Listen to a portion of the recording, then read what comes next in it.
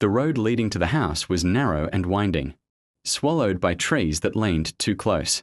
Their branches rattled against the car windows as if trying to reach inside. No one spoke during the drive.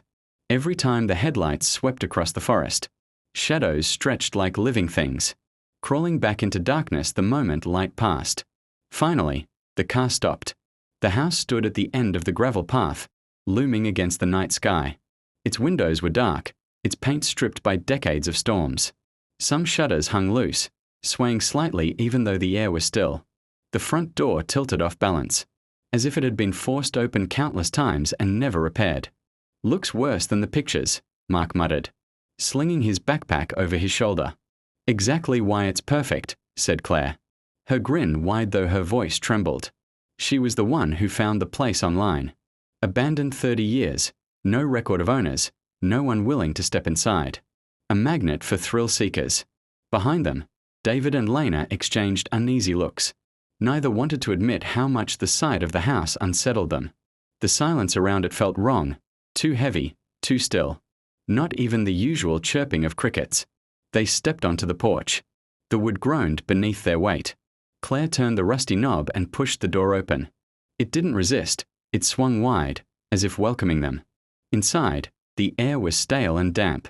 Wallpaper peeled in curling strips, and the floorboards sagged underfoot. Their flashlights cut through dust swirling in the air, revealing furniture covered in white sheets. Every corner looked like a scene frozen in time, abandoned mid-breath. "Home sweet home," Mark whispered, though his attempt at humor fell flat. They explored the first floor together, their footsteps echoing too loudly in the hollow space. In the living room stood a fireplace filled with ash that looked fresh, though no one had lived here in decades. Upstairs, the staircase leaned dangerously, the banister cracked but still standing. Lena's flashlight beam lingered on a family portrait hanging crooked on the wall. The faces had faded, but the eyes were still visible, staring out with unnatural sharpness. She shivered and looked away. The group gathered in the main hall, unrolling sleeping bags. They tried to laugh, to pretend it was just an adventure. But as the house settled around them, its creak sounding more like footsteps than wood, none of them felt at ease. From somewhere above came a faint thump. Claire froze mid-sentence. Everyone looked at the ceiling. The house was supposed to be empty. The thump echoed through the ceiling, soft but deliberate, like a footstep held too long. Claire lifted her flashlight toward the staircase, but the beam wavered in her trembling hands.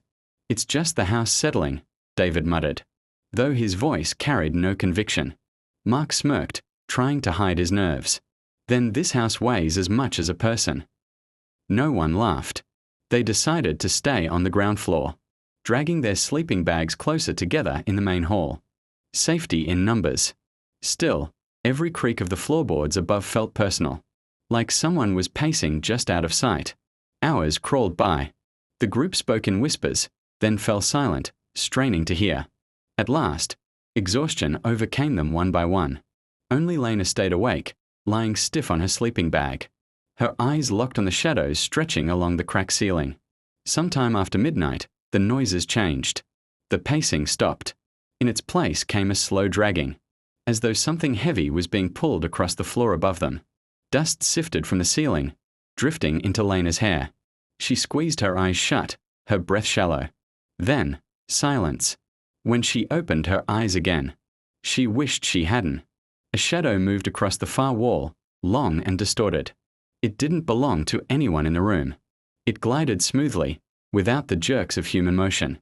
The beam from her flashlight flickered the moment it touched it, as if the darkness swallowed the light whole. "Claire," Lena whispered, shaking her friend. Claire stirred groggily, then froze as she followed Lena's terrified gaze. The shadow had stopped moving. It stretched unnaturally tall, nearly reaching the ceiling. Its head tilted as though listening. "Everyone, wake up," Claire hissed. The others stirred, confusion turning to fear when they saw the wall. But by then, the shadow was gone. The wall was empty again, plain cracks and peeling paint. Mark rubbed his face, trying to laugh it off. "We are just tired. Hallucinations. Shadows play tricks." But Lena knew what she had seen. The way the darkness seemed to breathe. The way it had tilted its head. It hadn't been a trick. No one slept after that. They sat together, eyes darting between the stairwell and the walls. At times, the silence was worse than the noises. It pressed in, making their ears ring, making their own breath sound too loud. When the first grey light of morning filtered through the shutters, the house looked almost ordinary in daylight, its horrors receding like a nightmare half forgotten. Almost, because on the dusty floor by the staircase, fresh footprints marked a trail, leading down from upstairs. The morning felt safer, but none of them wanted to look at the prints too long. They were too clear, too small. Claire suggested they'd been left years ago, but the dust told a different story. These were new. Mark tried to joke again while eating stale chips from his backpack. Maybe the ghost's just a kid like us. Bet it wants snacks. His grin was shaky, his hands trembling as he shoved another handful into his mouth. No one laughed. By afternoon, they were restless. They wandered the first floor together, never straying too far. The living room was lined with shelves of books swollen from damp. The words inside had blurred into grey stains, but one book was different. It lay on the floor, spine cracked open as if waiting.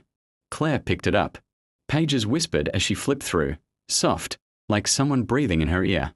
She dropped it fast. "Don't," Lena whispered, eyes wide. They left the book where it fell. That night, they huddled closer than before. The house seemed louder in the dark, every sound echoing too sharply. Then the whispers began. At first, Lena thought it was Mark talking in his sleep. But when she leaned closer, she realized the voice was not his. It was thin and quiet, threading through the cracks of the house. A child's voice. "Play." She bolted upright. Claire and David stirred, eyes wide. They had heard it too. Mark sat up last, annoyed. What now? Before anyone could answer, the whisper came again, drifting like a breeze across the room. Upstairs. All four froze. The air was thick, pressing against their ears. Claire gripped Lena's hand. "It's a trick," she whispered. But her hand was ice cold, her eyes locked on the ceiling. The voice returned, louder, tugging at them. "Come, play upstairs." Something scratched above them, slow, deliberate. The sound of fingernails dragging across the floorboards. Dust sifted down again, sprinkling over their blankets. "Don't listen," David hissed. "Don't answer it." But Mark was already on his knees, staring up with wide eyes. "It sounds like a kid," he whispered. His voice cracked, small and frightened. "What if they're trapped?" The whisper grew sharper, closer, like it was right inside their ears. "Please, play with me." They all clamped their hands over their ears, but it didn't help. The voice wasn't outside anymore. It was inside. The flashlights flickered, one after another, until only Lena's beam remained. She swung it wildly, desperate to find something, anything. For a split second, she saw it, a small figure crouched at the top of the stairs, pale and waiting. The light died. Darkness swallowed them whole. When the flashlights finally flickered back to life, the stairs were empty. No pale figure, no movement, just dust swirling in the air like nothing had happened. No one spoke for a long time.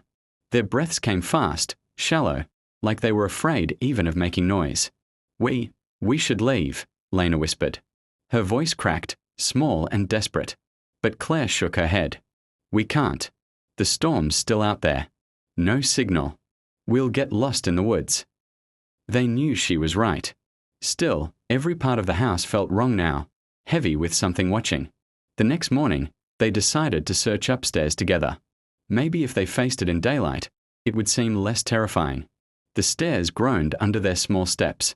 The hallway above was narrow, lined with doors, most open, revealing empty rooms filled with dust and broken furniture. Then they found it. A door at the far end, darker than the rest. Its wood was swollen, its paint peeling, but unlike the others, it was locked. A thick, rusted padlock hung from the latch. Why lock one room and not the rest? David asked quietly. Mark tried pulling at the lock, then kicking the door, but it didn't budge. The sound echoed too loud, like the house itself flinched. "Maybe that's where the voice came from," Lena whispered. Claire glared at her, though her face was pale. "Don't say that." Still, they couldn't stop staring at the door. The more they looked, the more it seemed to pulse. almost like the wood itself was breathing. That night, the whispers returned. This time they came from upstairs, from behind the locked door. "Let me out." The words were faint but clear, a child's play. Claire covered her ears, shaking her head. Mark crept closer to the stairs, tears in his eyes. What if it's just a kid? He whispered, "What if someone locked them in?" "No one lives here," David snapped, panic sharp in his voice. "There hasn't been anyone for decades." The whisper came again, louder. "Please. I'm cold." The floor beneath them shuddered, dust falling in clouds. Lena clutched Claire's arm, trembling. The padlock rattled. Not from them, but from the inside. The sound echoed through the whole house, sharp metal clanging like a heartbeat. "Let me out." The door slammed once, hard enough to shake the walls. Then silence. The four of them pressed together, eyes wide, waiting for it to happen again. But it didn't. The house returned to stillness, heavy and cruel. And none of them dared move. The next morning, sunlight made the hallway look almost harmless. Almost. None of them wanted to mention the locked door, though they all glanced toward it as they passed. The padlock hung silent, but Lena swore she could still feel it watching. They explored the other rooms instead. Most were empty, filled with broken furniture and peeling wallpaper. Dust coated everything, thick and untouched. But the last door on the right opened into something different. The room was bare except for a single object, a tall mirror leaning against the far wall. Its frame was carved wood, blackened with age, the glass smudged but unbroken. It looked out of place, too clean, too alive compared to the rest of the rotting house. "Creepy," Mark whispered, but he stepped inside first. His reflection wavered slightly, like water rippling. He grinned nervously. "Guess it doesn't like my face." Claire rolled her eyes, though she stayed close to the door. David walked to the mirror and touched the glass. His breath caught. "It's warm," he said. Lena shook her head. "Mirrors aren't warm." They all crowded around now, staring at their reflections. At first, it was normal, just four tired kids in dusty clothes. But then Lena noticed something.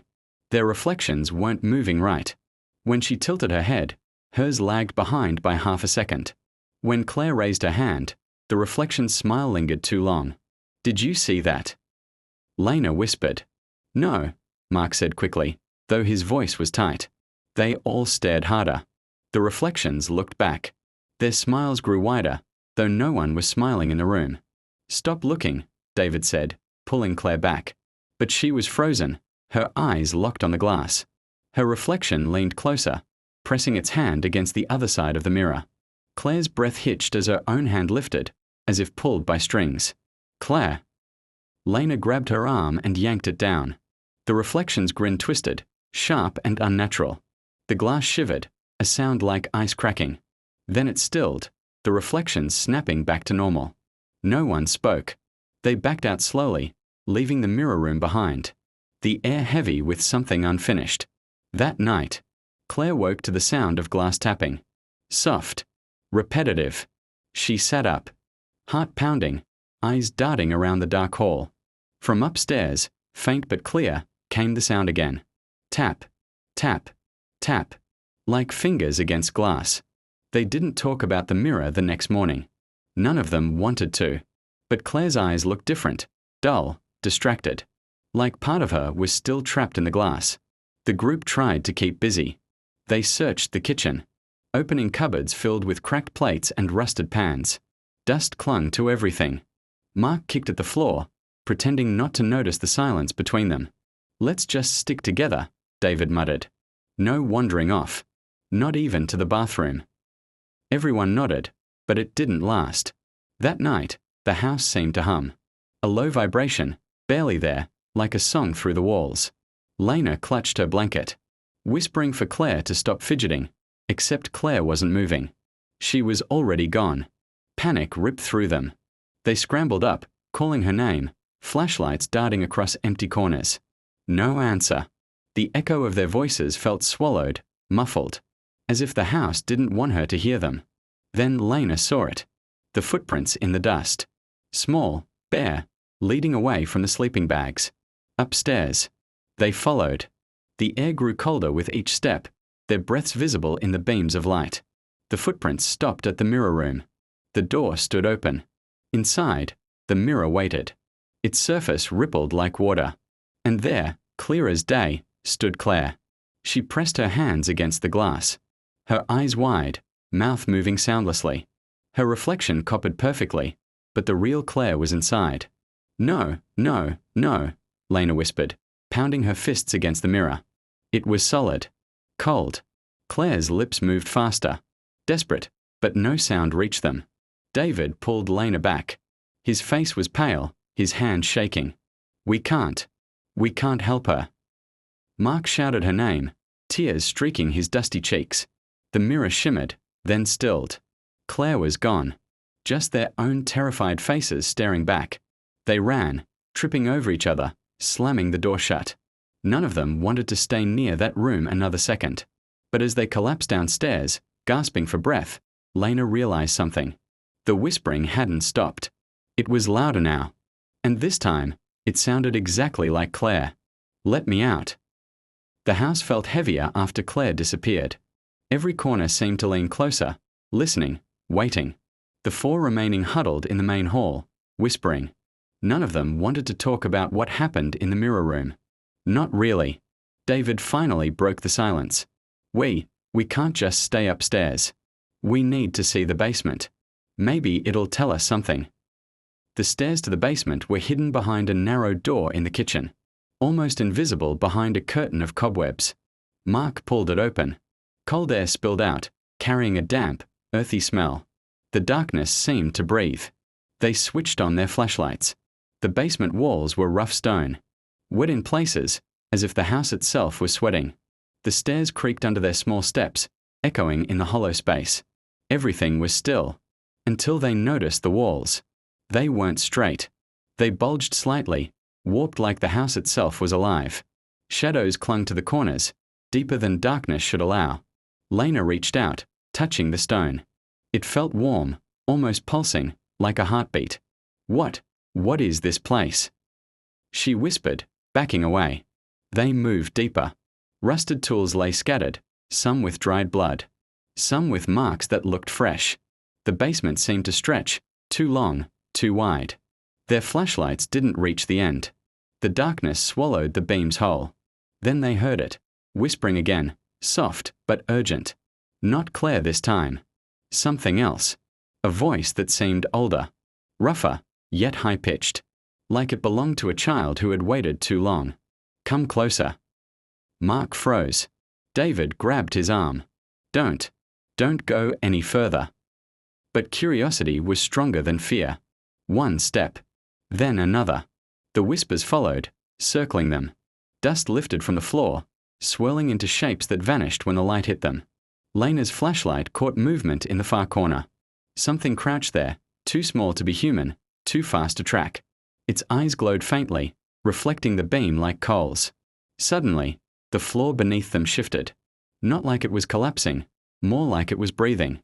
The walls pulsed again, moving imperceptibly, pushing them closer together. The whispers turned into cries, pleading and angry, growing louder, echoing through the stone. Play, stay, never leave.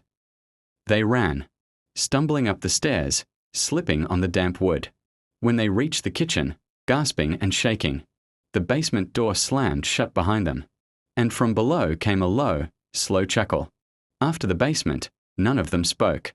Every shadow seemed thicker, every sound sharper.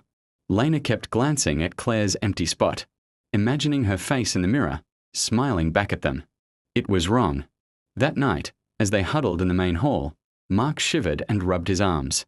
I feel weird, he whispered.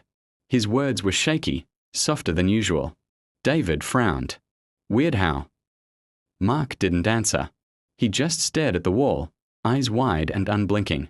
Lena noticed his movements slowing, his head tilting unnaturally, almost as if he were listening to something they couldn't hear. Then he smiled. A smile that didn't belong to him. Slow, too wide, stretching across his face like the shadows themselves had taken hold. Play with me, a voice hissed. Not from him. From him through them. Lena gasped, yanking at his arm. David grabbed another hand. Mark's body didn't resist. His fingers grew stiff, gripping at empty air, jerking unnaturally. "Mark! Stop!" David shouted. But Mark didn't hear. He was gone somewhere else. His eyes glinted, blacker than the night outside. His lips moved, repeating the words over and over. "Play with me. Don't leave. Stay forever." The house groaned, shaking around them. Lena felt it in her chest, a heavy weight pressing her down. The walls pulsed again, shadows stretching, climbing toward them. Dust rose from the floor like smoke, circling Mark in a thick, invisible spiral. Claire's voice, or what sounded like her, echoed faintly from upstairs. The whispers from the mirror joined, overlapping, weaving into one long, desperate chant. Lena tried to cover her ears, but the sound tunneled through her skull. Mark stepped closer to the mirror. Lena and David lunged forward, trying to pull him back, but his movements were jerky, controlled by something else. One hand reached out toward the glass. "Join us." The mirror whispered. With a final, unnatural twist, Mark's head tilted back, and the glow in his eyes vanished. His body went limp. Then slowly, impossibly, he turned to look at them, his expression blank. Smooth, no trace of the boy they knew. Lena screamed. David grabbed her, dragging her away. The house seemed to breathe, exhaling laughter that rumbled through the floors and walls. Mark stayed behind, stepping forward toward the mirror. His figure flickered, stretched, and then he was gone. Only the echo of his voice remained, soft and childlike. "Play with me." The other three collapsed to the floor, trembling. The house was watching, waiting, hungry. The house was alive now, breathing with every step they took. Lena and David stayed close, hearts hammering, flashlights trembling in their hands. The hallway seemed to twist and stretch, the walls breathing, closing in on them. From upstairs came the whisper of Claire and Mark, their voices thin, distant, yet urgent. "Come. Stay. Play." They followed the sound, the hallway ending at a room they hadn't seen before. The door was plain, unmarked, but it radiated cold that seeped into their bones. Lena reached out, trembling, her hand nearly freezing before it touched the knob. David grabbed her wrist. "We can't go in. We don't know what's waiting." The whispering grew louder, angrier. "Choose, or be trapped." Lena looked at David. They both knew what that meant. One of them could go in and try to save the others, or they could run and leave everyone behind. Neither wanted to admit it, but the choice was theirs. Inside, the air swirled with shadows. They could see Claire and Mark trapped in an endless loop, pressed against mirrors and walls, their eyes wide, pleading. The house pulsed around them, alive and hungry. "We have to," Lena whispered. "One of us has to go in." David shook his head, tears streaming. I can't leave you. Play with me." The voices echoed, overlapping, impossible to ignore. Lena felt the house tugging at her, pulling at her very thoughts. She swallowed, stepping forward, trying to control her fear. They counted silently. 1, 2, 3 deep breaths. Then Lena moved, David holding the door open. The room seemed to stretch, darkness swallowing her as she stepped inside. The whispers surrounded her, brushing her skin, crawling into her mind. Shadows coiled around Claire and Mark, twisting them. But Lena forced herself to reach the mirrors. She could feel them inside, trapped, their hands pressing against invisible walls. Lena mirrored their motions, pressing her own hands against the glass, trying to connect, trying to pull them free. The house fought back. Walls shifted, floors quaked, the air thickened like water. "Stay, join us." It hissed, attempting to claim her. With every ounce of strength, Lena focused on Claire and Mark, imagining them safe, imagining the light breaking the darkness. Slowly, painfully, the shadows loosened. Claire and Mark's form shimmered, becoming real again, their eyes blinking. Lena staggered back. The house shuddered and seemed to shrink, its hunger recoiling. For now, the final choice had been made. One moment of courage, one act of determination, had freed them. But the house was still alive, still waiting. And Lena knew, deep down, it wasn't finished.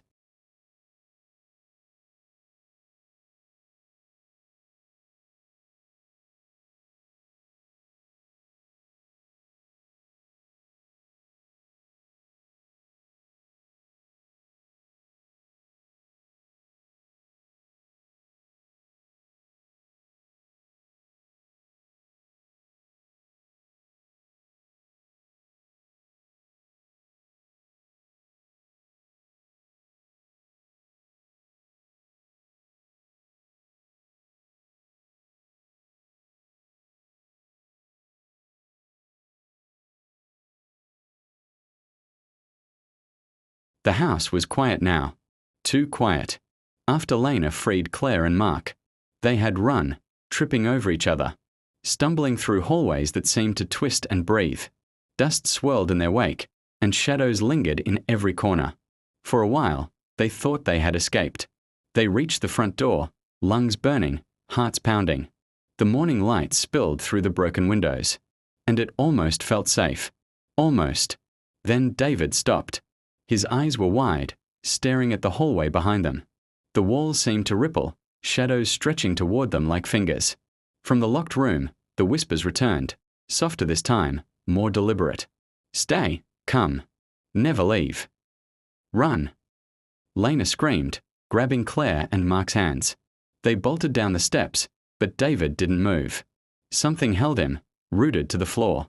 Mark turned back. David. The air thickened. Shadows poured from the walls, coiling around him, sinking into his skin like smoke. His body stiffened, his head tilted back unnaturally. He opened his mouth, and a voice not his own hissed. Play forever. Claire and Mark screamed. Lena lunged forward, trying to pull him free, but the shadows were too strong.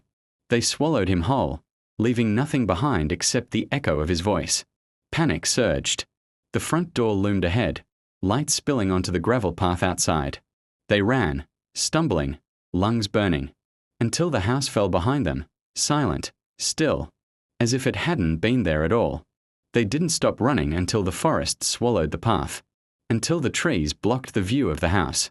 They leaned against each other, trembling, crying, exhausted. For a moment, they felt safe, but the whispers followed them. Faint, carried on the wind through the trees. Claire shivered. It's not gone, is it? Lena shook her head. It's never gone. Behind them, the house waited. Its doors closed, windows shuttered. Empty. Yet inside, shadows moved and whispers circled endlessly. One by one, it would call again. And someday, someone else would answer. The forest grew silent. The wind died.